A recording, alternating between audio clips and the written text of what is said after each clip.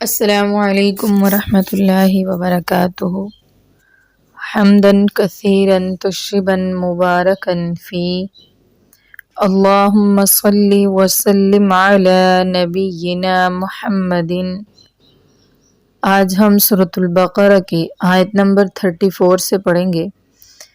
اعوذ باللہ من الشیطان الرجیم، بسم اللہ الرحمن الرحیم۔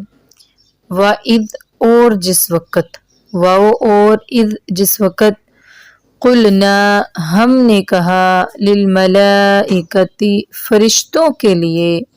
اسجدو تم سب سجدہ کرو، لآدم آدم علیہ السلام کے لیے، فسجدو تو سب فرشتوں نے سجدہ کیا، الا سوائے ابلیس، ابلیس کے، ابا اس نے انکار کیا،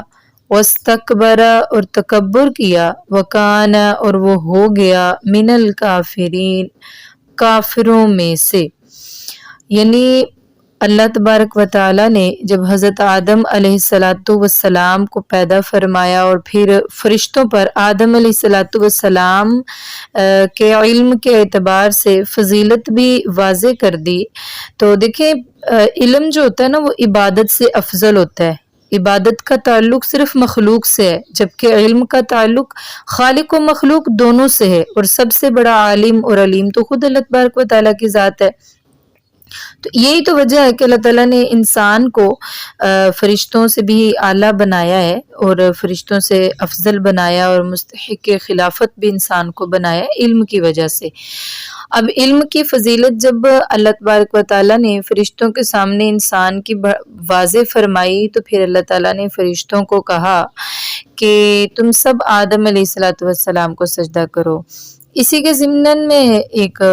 حدیث بھی آپ کو بتاتی ہوں کہ رسول اللہ صلی اللہ علیہ وآلہ وسلم کا فرمان ہے، جو عالم ہوتا ہے نا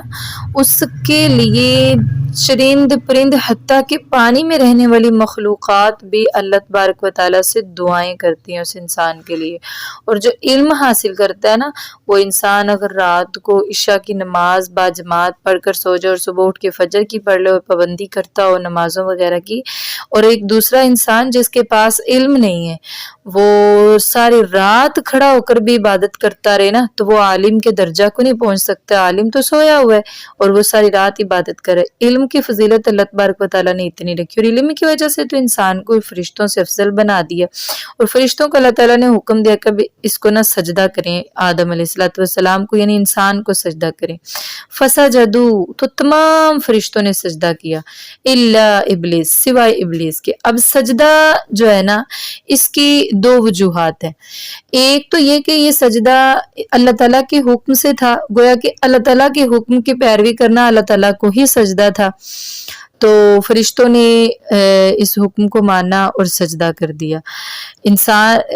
شیطان نے انکار کیا، ابلیس نے، اور اس نے سجدہ نہ کیا۔ اور دوسری بات یہ ہے کہ امت محمدیہ صلی اللہ علیہ وآلہ وسلم، شریعت محمدیہ صلی اللہ علیہ وآلہ وسلم سے پہلے تعظیماً سجدہ جائز تھا، جیسے حضرت یوسف علیہ السلام کو ان کے بھائیوں نے سجدہ کیا تو تعظیماً سجدہ جائز تھا۔ اب سجدہ جائز نہیں ہے، کسی بھی مخلوق کو، کسی بھی انسان کو اب سجدہ جائز نہیں ہے۔ رسول اللہ صلی اللہ علیہ وآلہ وسلم کا فرمان ہے، اگر سجدہ جائز ہوتا تو میں عورت کو حکم دیتا کہ وہ اپنے خامند کو، اپنے شوہر کو سجدہ کرے، لیکن چونکہ شریعت محمدی صلی اللہ علیہ وآلہ وسلم میں سجدہ ہی جائز نہیں ہے، تو اب کسی بھی انسان کو کسی بھی قسم کا نہ تعظیمی نہ عبادتی کسی بھی طرح کا سجدہ نہیں کر سکتے ہیں۔ سجدہ صرف اور صرف اللہ تبارک و تعالیٰ کی ذات کو ہی ہوگا۔ اب الا ابلیس کیا ہوا؟ سوائے ابلیس کے تمام فرشتوں نے سجدہ کیا۔ اب ابلیس نے کیوں نہیں کیا؟ ابلیس جو ہے نا شیطان کو کہتے ہیں، اس کا اصل نام عزازیل تھا۔ یہ اور فرشتوں میں جنوں میں تو یہ ہوتی ہے نا کہ اللہ تبارک و تعالیٰ نے اتنی کیپیسٹی رکھی ہوئی ہوتی ہے کہ یہ اپنی شکلیں وغیرہ چینج کر لیتے ہیں، تو یہ جو ہے نا ابلیس بڑا عبادت گزار تھا، اور اسی عبادت کی وجہ سے اس کو یہ مقام ملا ہوا تھا کہ اللہ تعالیٰ کا مقرب بن گیا، وہ فرشتوں میں رہا کرتا تھا، زمین پر جنوں کے ساتھ نہیں رہتا تھا۔ اب ہوا یہ کہ اللہ تبارک و تعالیٰ نے جب حکم دیا سب کو کہ سجدہ کریں تو اس نے انکار کر دیا. کیوں اس نے انکار کیا؟ ابا، اس نے انکار کیا اللہ تعالیٰ کے حکم کا.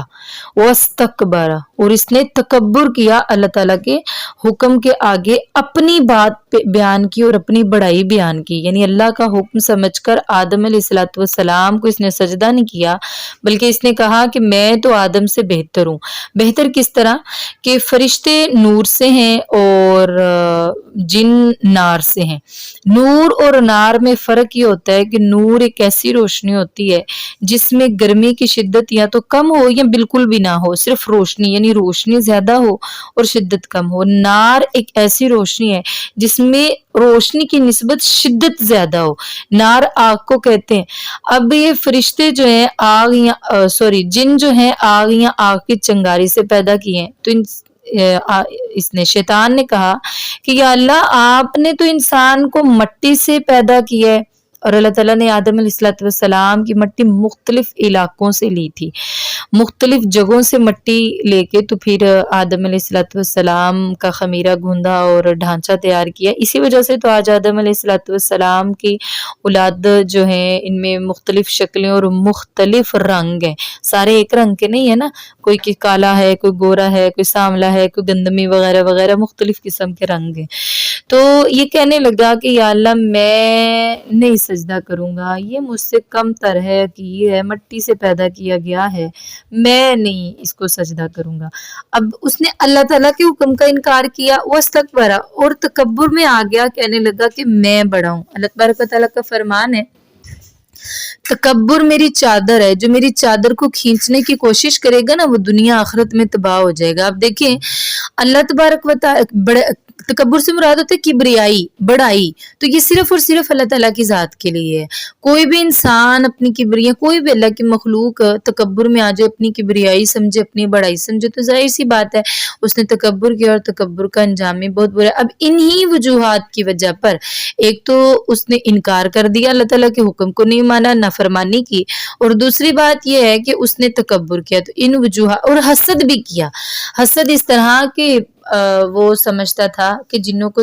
جب یہاں سے زمین سے بھگا دیا گیا نا تو وہ سمجھتا تھا کہ اب زمین کا سردار، زمین کا خلیفہ مجھے قرار دیا جائے گا. لیکن اللہ تبارک و تعالیٰ نے حضرت آدم علیہ السلام کو پیدا کیا تو وہ دشمنی اور حسد پر اتر آیا. ان تمام وجوہات کی بنا پر اللہ تبارک و تعالیٰ نے ابلیس کو وہاں سے دھتکار دیا، اور یہ راندہ دربار الہی ہو گیا، وہاں سے دھتکار دیا گیا. اور آگے مزید ہم اس کا قرآن پاک میں قصہ پڑھیں گے انشاءاللہ، لیکن مختصر میں آپ کو بتا دیتی ہوں. پھر اس نے کہا کہ یا اللہ اگر واقعی میرے آپ کے دربار سے تو میں دھتکارا ہی گیا ہوں، لیکن میں نا قیامت تک کی مہلت چاہتا ہوں. اللہ تعالیٰ نے فرمایا جا تجھے مہلت دے دی. اس نے کہا اچھا اس انسان کی وجہ سے اب مجھے یہاں سے دربار سے نکالا جا رہا ہے، میں راندھا گیا ہوں، تو اب میں ایسا کروں گا کہ یا اللہ میں اسی تیری مخلوق کو یعنی انسانوں کو ورگلاؤں گا، پھسلاؤں گا اور گمراہ کروں گا، سیدھے رستے سے ہٹا دوں گا. اللہ تبارک و تعالیٰ نے فرمایا کہ ایسا تم نہیں کر سکتے ہو. جو میرے بندے ہوں گے وہ کبھی بھی تیرے رستے پر نہیں چلیں گے، لیکن جنہوں نے تیرے ساتھ دوستی کر لی اور میری نافرمانی کی ان پر تو غالب آ سکتا ہے. اب اس نے کہا کہ میں حکم دوں گا وہ جانوروں کے کان کاٹ دیں، اپنی شکلوں کو تبدیل کر لیں وغیرہ وغیرہ. تو اس طرح کے مختلف کام جو آج شیطان کرواتا ہے وہ سب اس نے تبھی اقرار کر لیا تھا کہ میں کروں گا. تو اللہ تبارک و تعالیٰ نے فرمایا تھا جو میرے بندے ہوں گے، جو مخلص ہوں گے، خالص ہوں گے، وہ کبھی بھی تیری باتوں پر عمل نہیں کریں گے. وَكَانَ مِنَ الْكَافِرِينَ، پھر انہی باتوں کی وجہ سے شیطان کافر کہتے ہیں انکار کرنے والوں کو، منکر کو، تو وہ منکر ہو گیا، کافر ہو گیا. وَقُلْنَا، اور ہم نے کہا یا آدم، اے آدم، اسکن آپ رہیے، انتا آپ، اسکن رہیے، انتا آپ، وزوجک، انتا کا مطلب ہوتا ہے آپ یا تم، انتا تم، وزوجو اور بیوی کا آپ کی یا تمہاری، وزوجک اور تمہاری بیوی، الجنتا جنت میں، وَقُلَا اور تم دونوں کھاؤ. جب بھی کوئی فعل ہوتا ہے نا، دیکھیں فعل کہتے ہیں کام کو، تو کھانا کام ہے نا، اقام ہے، فعل ہے، اقام ہے، تو جب بھی کسی فعل کے آخر میں الف یا الف نون آ جائے تو اس کا مطلب دو ہوتا ہے، یعنی وہ تثنیہ دو کا صیغہ ہوتا ہے۔ وَقُلَا اور تم دونوں کھاؤ، رغدن منہا اس سے، یعنی جنت میں رہ کر جنت سے، من سے ہا اس، رغدن کھلم کھلا بافرغ جتنا چاہتے ہیں، حیث جہاں سے بھی، شئتما تم دونوں چاہو، ولا اور نہ تقربا تم دونوں قریب جانا، دیکھیں قریب جانا بھی ایک فعل ہے تو آخر میں الف آ گیا تو تم دونوں، وا اور لا نہ تا تم اقربا قریب جانا الف کی وجہ سے دونوں، ولا تقربا اور نہ تم قریب جانا دونوں، ہادہ الشجرۃ ہادہ یہ اس، ہادہ الشجرۃ اس درخت کے، فتکونا فا پس تا تم کونا تم دونوں ہو جاؤ گے، فتکونا پس تم دونوں ہو جاؤ گے، من الظالمین ظالموں میں سے، یعنی اب اللہ تبارک و تعالیٰ نے حضرت آدم علیہ السلام کو فرمایا کہ اے آدم تو اور تیری بیوی حضرت آدم علیہ السلام کے جو نا اماں حوا ہیں، اماں جی حوا، حضرت حوا علیہ السلام، حضرت حوا علیہ السلام کو اللہ تبارک و تعالیٰ نے حضرت آدم علیہ السلام کی پسلی سے پیدا کیا تھا۔ آج کچھ لوگ جو مرد و زن کے مساوات کا درس دیتے ہیں وہ یہ کہتے ہیں کہ جس طرح حضرت آدم علیہ السلام کو اللہ تبارک و تعالیٰ نے مٹی سے باقاعدہ خود اپنے ہاتھوں سے بنایا، بالکل اسی طرح عورت کو بھی بنایا، تو ایسی بات نہیں ہے۔ حضرت حوا علیہ السلام کو احادیث میں واضح طور پر یہ الفاظ موجود ہیں کہ اللہ تعالیٰ نے حضرت حوا علیہ السلام کو حضرت آدم علیہ السلام کی پسلی سے پیدا کیا ہے،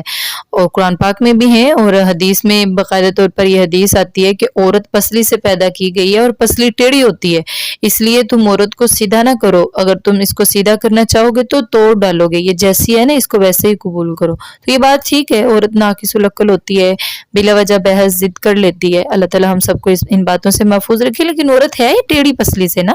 پسلی سے ہے، ٹیڑھی ہے، تو کچھ نہ کچھ تو ٹیڑھ پن ہوگا نا، چاہے کتنی ہی سیدھی کیوں نہ ہو جائے۔ تو یہ جو ہے نا بات روز روشن کی طرح واضح ہے کہ اللہ تعالیٰ نے عورت کو حضرت آدم علیہ السلام کی پسلی سے پیدا کیا، پھر اللہ تعالیٰ نے حضرت آدم علیہ السلام سے فرمایا کہ اب آپ اور آپ کی بیوی جنت میں رہیے، اور جنت میں جب چاہیں، جہاں سے چاہیں، جو چاہیں، جتنا چاہیں کھاتے رہیں، پھرتے رہیں، جو آپ کا جی چاہے آپ اس میں کریں، لیکن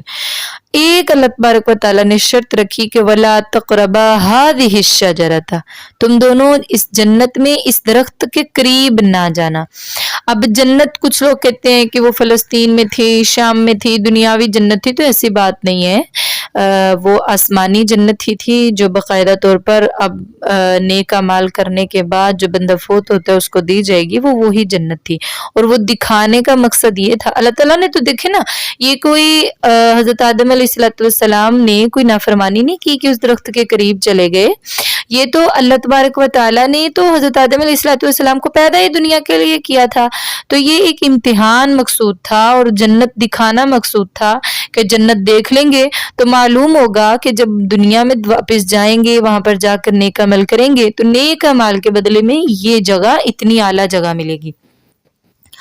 اب اللہ تعالیٰ نے جس درخت کی شرط رکھی وہ کون سا درخت تھا تو اس کی بحث میں پڑھنے کی ضرورت نہیں ہے، اگر وہ انسانوں کے لیے فائدہ مند ہوتی وہ بات تو اللہ تبارک و تعالیٰ ضرور بیان کر دیتے، لیکن کہیں پر بھی نہیں آیا کہ وہ گندم کا تھا، انگور کا، کھجور کا، کس کا تھا، وہ اللہ تبارک و تعالیٰ ہی جانتے، لیکن